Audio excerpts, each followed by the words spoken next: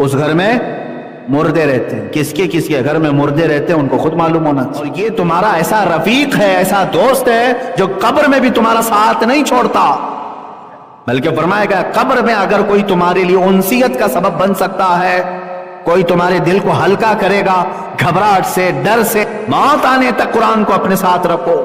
قرآن میں غور و فکر کیوں نہیں کرتے میرے عزیزوں؟ قرآن کو جن لوگوں نے غور و فکر کا ذریعہ بنایا ان کا حال کیا تھا؟ حضرت عبداللہ ابن عباس رضی اللہ تعالیٰ عنہ صحابی, سید المفسرین ان کو کہتے ہیں, تفسیر میں سب سے زیادہ آپ کی روایتیں. حضرت عبداللہ ابن عباس فرماتے ہیں میں قرآن کو اتنا پڑھتا ہوں کہ اگر میری زندگی میں جو کچھ بھی معاملات ہوتے ہیں میں قرآن سے ڈھونڈتا ہوں, یہاں تک کہ حضرت عبداللہ ابن عباس فرماتے ہیں میرے اونٹ کی نکیل کی رسی بھی گم ہو جائے میں قرآن سے تلاشتا ہوں. یہ حیرت کی بات ہے, کہاں اونٹ کے گلے کی رسی اور کہاں قرآن پاک. لیکن یہ قرآن ایک ایسا سمندر ہے جو جتنے غوطے لگائے گا اتنی موتیاں نکال لائے گا. اس کی مثال ایسی ہی ہے, بعض وہ لوگ ہیں جو سمندر دیکھنے کے لیے دور جا کھڑے رہتے ہیں, بعض وہ ہیں جو تھوڑا بہت اپنے پیر گیلے کر لیتے ہیں, لیکن بعض ایک جماعت ایسی ہے جو اس کے اندر غوطے لگاتی ہے, یا تو مچھلیاں پکڑنے کے لیے یا تو پھر موتیاں سیپ ڈھونڈنے کے لیے. 3 جماعتیں بتائی گئی ہیں سمندر کے پاس رہتی, ایک صرف نظارہ کرنے والی, اور ایک صرف پیر بھگونے والی, اور ایک غوطے لگانے والی. کہا کہ ابھی آپ کو بتائیں کہ یہ تینوں جماعتیں کون سی ہیں؟ کہا یہ عوام الناس جو نمازیں تو پڑھتی ہیں, قرآن سننا تو چاہتی ہیں, پسند تو کرتی ہیں, لیکن قرآن میں اندر داخل ہونا نہیں چاہتی. یہ وہی لوگ ہیں جو سمندر کے کنارے کھڑے ہونے والے ہیں, بس دیکھتے ہیں. اور بعض وہ ہیں جو پیر دھو لیتے ہیں, یہ وہ علماء ہیں جو تھوڑے بہت قرآن پاک کی آیتیں, جیسے ہم جیسے لوگ بھی ہوں گے, یعنی ہم دور سے تو نہیں دیکھ رہے, اتنا تو اللہ کا فضل ہے کہ ہم نے قرآن پڑھا بھی, یاد بھی کیا, اور اس کی ترجمہ اور تفسیر تک چلے گئے, تو پیر دھونے والوں میں کم سے کم نام آ گئے. لیکن فرمایا گیا کہ وہ جماعت جو غوطے لگاتی ہے وہ امام اعظم ابو حنیفہ, امام شافعی, امام مالک, امام احمد بن حنبل, یہ وہ لوگ ہیں جو قرآن پڑھتے ہیں اور اس کی باریکیاں اور اس کے اندر کی موتیاں نکال کر کے قوم کو پیش کرتے ہیں. تو یہ 3 جماعتیں ہیں. اب آپ کا کون سی جماعت میں نام آتا ہے یہ آپ کو ڈیسیژن لینا ہے, آپ کا فیصلہ ہے. بلکہ میں سمجھتا ہوں بعض تو وہ ہوں گے جو سمندر سے ڈر کے روڈ پہ ہی کھڑے ہوتے ہوں گے, دیکھتے بھی نہیں ہوں گے, قریب بھی نہیں جاتے ہوں گے. ایسی بھی جماعت ہے, وہ جانا بھی نہیں چاہتے ہوں قرآن کے قریب. آج شاید ان لوگوں میں بھی کئی لوگوں کا نام شامل ہو سکتا ہے. الحمدللہ مسجدوں میں آنے والے کم سے کم اتنا تو ہے کہ قرآن سنتے ہیں, نمازوں میں قرآن سنتے ہیں, یا پھر کسی اور موقع پر قرآن سن لیتے ہیں, لیکن اس پہ غور و فکر نہیں کرتے, نہ ہی اس کے ترجمے کی طرف جاتے, نہ تفسیر کی طرف. اتنا تو ہے کہ قرآن دیکھتے ہیں, چومتے ہیں, چھوتے ہیں. اب بعض لوگ قسم کھانے کے لیے اٹھا بھی لیتے ہیں, یا میتوں پر پڑھنے کے لیے قرآن خوانی کروا لیتے ہیں, اتنا تو کر ہی لیتے ہیں. اور بعض علماء ہیں جو قرآن پاک کے ترجمے پڑھ لیتے ہیں, تفسیریں پڑھ لیتے ہیں اور بیان بھی کر لیتے ہیں. لیکن وہ جماعت آپ نظر نہیں آتی جو غوطے لگاتی تھی, سمندر میں ڈوب کر کے موتیاں نکالتی تھی, وہ جماعت اب نظر نہیں آئی. لیکن میرے عزیزوں ان 3 جماعتوں کے علاوہ چوتھے میں نہ آ جاؤ, جو قرآن کو چھونا بھی نہیں چاہتے, دیکھنا بھی نہیں چاہتے, ورنہ ہلاکت ہوگی. اسی لیے فرمایا حدیث پاک میں ہے جس گھر میں قرآن کی تلاوت نہیں ہوتی وہاں مردے رہتے ہیں. اس گھر میں مردے رہتے ہیں. کس کے گھر میں مردے رہتے ہیں ان کو خود معلوم ہونا چاہیے. عورتوں کو چاہیے کہ قرآن کی تلاوت کریں, بچوں کو قرآن کی تلاوت سکھائیں. حضرت عبداللہ ابن مسعود رضی اللہ تعالیٰ عنہ سے متعلق ایک روایت ملتی کہ جب قحط آ گیا لوگ پریشان تھے, لیکن آپ خوشحال تھے, اور آپ کے پیشانی پر ذرا برابر بل نہیں. کچھ لوگوں نے پوچھا قحط سالی کا کچھ خوف نہیں آپ کو؟ کہا نہیں, ڈر نہیں ہے, اس لیے کہ میں نے رسول کریم صلی اللہ تعالیٰ علیہ وسلم سے سنا ہے جس کے گھر میں اس کی بچیاں یا بچے سورہ واقعہ پڑھتے ہیں وہ کبھی محتاج نہیں ہوں. میں اپنی بچیوں کو سورہ واقعہ کی تلاوت روزانہ کرواتا ہوں, مجھے قحط کا کوئی خوف نہیں. عزیزان گرامی وقار, آپ بھی کیا اپنے بچوں اور بچیوں کو اس طرح کی روٹین میں لگاتے ہیں؟ خود کو بھی تو چاہیے. آج چلو قرآن اٹھانے میں اگر تمہیں بھاری لگتا ہے تو ہر ایک کے موبائل میں آ چکا ہے. موبائل تو ایسا تمہارا یار ہے کہ اس سے دور رہتے نہیں ہو. نہ سونے کے وقت، نہ کھانے کے وقت، نہ طہارت میں جانے کے وقت کہیں نہیں چھوڑتے اس کو. اتنا قریبی یہ لنگوٹ یار ہے.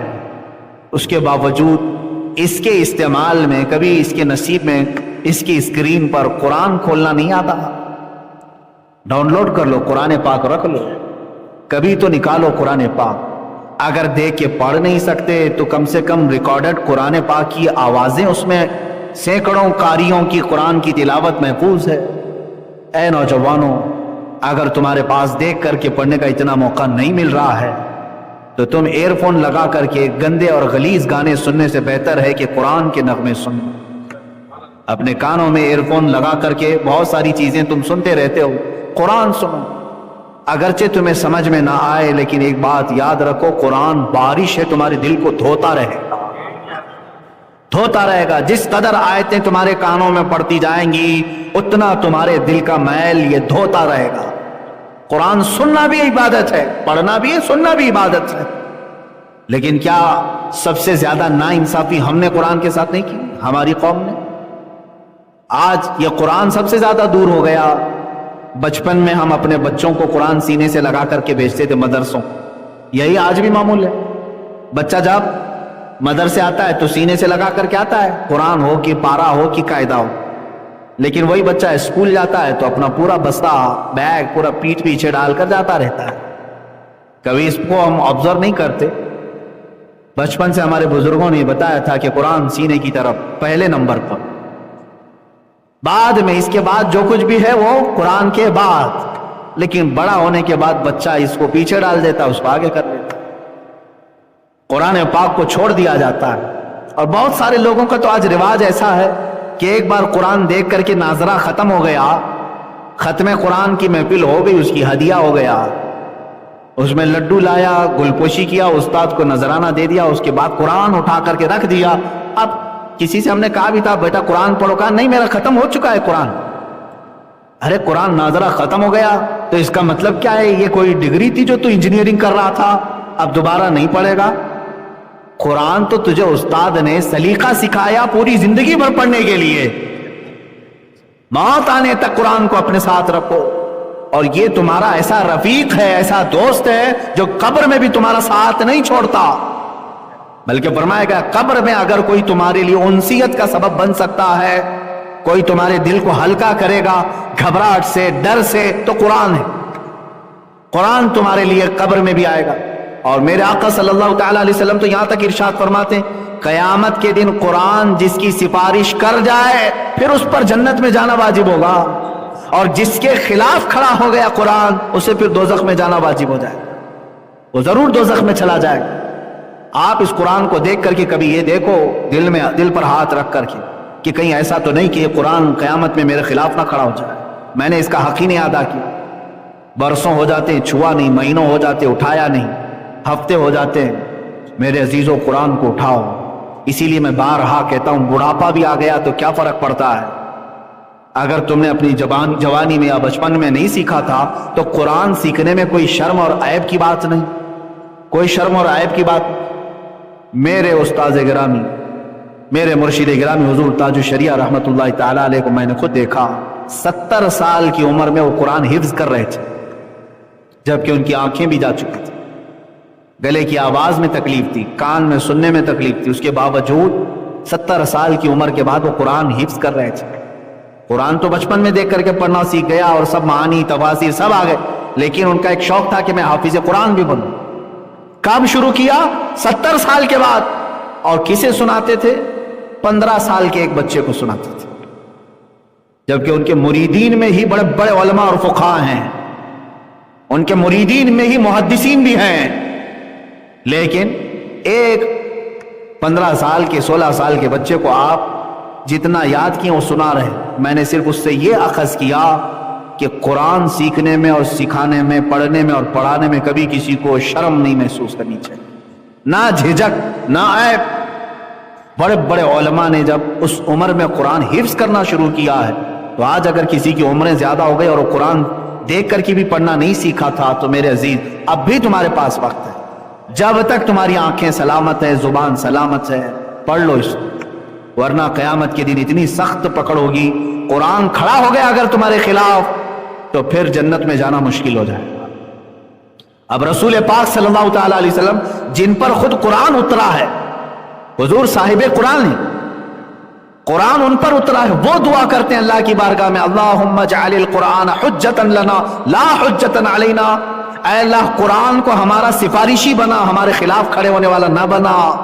حضور دعا کرتے تھے، اللہ کے نبی دعا کرتے تھے، تو باقی لوگوں کو خوف نہیں ہوتا، ڈر نہیں ہوتا کہ میں نے قرآن چھوا ہی نہیں، پکڑا ہی نہیں، کیا ہوگا میرے ساتھ؟ اے عزیزو، مر جانے کے بعد دوسرے لوگوں سے قرآن خوانی کروا لینا یہ قرآن کا حق نہیں ہے، قرآن تمہارے زندوں کے لیے اترا ہے۔ عجیب بات نہیں کہ قرآن ایک زندہ معجزہ ہے اور زندوں کی ہدایت کے لیے آیا ہے، لیکن امت کا المیہ تو دیکھو مردوں پر پڑھنے کے لیے رکھ دیا اس کو، صرف مردوں پر پڑھنے کے لیے قرآن رکھا گیا ہے۔ قرآن زندوں کو جگانے کے لیے آیا ہے، ہاں مردوں پر ایصال ثواب تو ہم ضرور کریں گے، لیکن کل قرآن کا مقصد یہی نہیں ہے کہ قرآن خوانی کر کے ان کو ثواب پہنچائیں۔ قرآن کا جو اصل مقصد ہے وہ تمہیں زندگی کے اصول سکھانے آیا ہے، تمہیں دستور حیات دینے آیا ہے، جن کے دل سخت ہو چکے ہیں ان کے دلوں کو نرم کرنے آیا ہے، جو رب تعالیٰ سے برگشتہ ہو چکے انہیں اللہ کی بارگاہ میں لانے آیا ہے۔ تو اس کا مقصد ہی نہیں سمجھیں گے، اور کیسے نہیں سمجھیں گے؟ کیسے سمجھیں گے؟ جب چھوئیں گے نہیں اس کو، پکڑیں گے نہیں اس کو۔ جا کر کے اپنے گھروں میں دیکھ لیں، عورتوں سے بھی میں گزارش کروں گا، اللہ ماشاءاللہ سب گھروں کی بات نہیں کرتا، اکثر گھر ایسے بھی ہیں جہاں روزانہ تم ٹی وی تو پوچھتے ہوں گے، فریج کو روزانہ پوچھ کر کے رکھتے ہیں، گیس کے چولہے کو ہر دن صاف کر کے رکھتے ہیں، قرآن کو دیکھو دھول بھی جمی ہوگی، اتنا اوپر رکھ دیا جاتا ہے کہ ہاتھ بھی نہ جائے، رمضان ٹو رمضان اس کو اتارتے ہیں، یا پھر اوکیشنلی موسمی طور پر کوئی اگر بڑی رات آ جائے یا پھر گھر میں کسی کی میت ہو جائے تو اتارے۔ نہیں میرے عزیزو، قرآن تمہارے لیے اتنا عام ہو جائے، اتنا عام کہ تم اپنے دنوں کی ابتدا قرآن سے کرو، پھر دیکھو اللہ تعالیٰ تمہیں کس اوج پر پہنچائے گا۔ اقبال نے یہی کہا، وہ زمانے میں معزز تھے مسلمان ہو کر، آج ہم خار ہیں تاریک قرآن ہو کر۔ جہاں کہیں آپ کی پہنچ ہے یا میری آواز جہاں تک پہنچتی ہے، میں یہ کہوں گا ہر عالم کو چاہیے کہ وہ تفسیر قرآن کو شروع کر دے۔ اپنی قوم کو جب تک تم قرآن سے قریب نہیں کرو گے تب تک یہ دھکے کھاتی رہے۔ قرآن ان کے لیے آیا ہے، ہمارے لیے آیا ہے۔ درس قرآن اگر ہم نے نہ بھلایا ہوتا، یہ زمانے نے زمانہ نہ دکھایا ہوتا۔ پھر سے واپس آ جاؤ، تمہارے پاس پورا نظام حیات ہے۔ قرآن پاک سے دور ہونے کی وجہ سے کہاں کام دھکے کھا رہے ہیں جانتے ہیں؟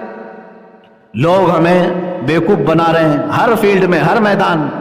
تجارت کے اصول تمہیں معلوم نہیں، دھوکے اتنے آ جاتے۔ قرآن پاک نے وہ بھی سکھایا ہمیں۔ بیمار ہو گئے تو سب سے پہلے باباؤں کے چکر کاٹے اور جوتیشوں کے پاس جا کے ہاتھ دکھائے، ہماری بھوشمانی کرو، کیا ہوگا کیا نہیں ہوگا، فال کھول کر کے دیکھو۔ بہت سارے لوگ یہی، اچھا یہ بعض لوگ، میں ان کو غلط نہیں کہتا، ہمارے پاس بھی آ کر سیدھے یہی کہتے ہیں فال کھول کے دیکھنا ہے۔ میرے بھائی میں فال کھولنے والا نہیں ہوں، طوطا لے کے نہیں بیٹھا ہوں، وہ طوطے والے لوگ ہوتے ہیں۔ لیکن ہو یہ رہا ہے کہ کثرت سے سارے لوگ اس کام میں مبتلا ہو گئے، اس لیے وہ آج آ کر کے ان کا وہ بھولا پن ہے، انہیں معلوم نہیں۔ ہاں استخارہ اس کو کہتے ہیں، استخارہ کر کے بتا دیں کہ کیا ہے۔ استخارہ سنت ہے۔ اب تم نے قرآن پاک کو جب چھوڑا تو اسی طرح کے دھکے کھانے ہوں گے، لوگوں کے پاس ان کے پاس جا کر کے پیسے بھی خرچ کرنا اور غلط طریقے سے جادو سحر ٹونے ان تمام چیزوں میں اپنے آپ کو ملوث کر لینا، یہ دھکے نہیں ہے تو اور کیا ہے میرے سے؟ جب قرآن کہتا ہے وَنُنَزِّلُ مِنَ الْقُرْآنِ مَا هُوَ شِفَاءٌ وَرَحْمَةٌ لِّلْمُؤْمِنِينَ، ہم نے قرآن میں ہر وہ چیز اتار دی جو مومنوں کے لیے شفا ہے اور رحمت ہے۔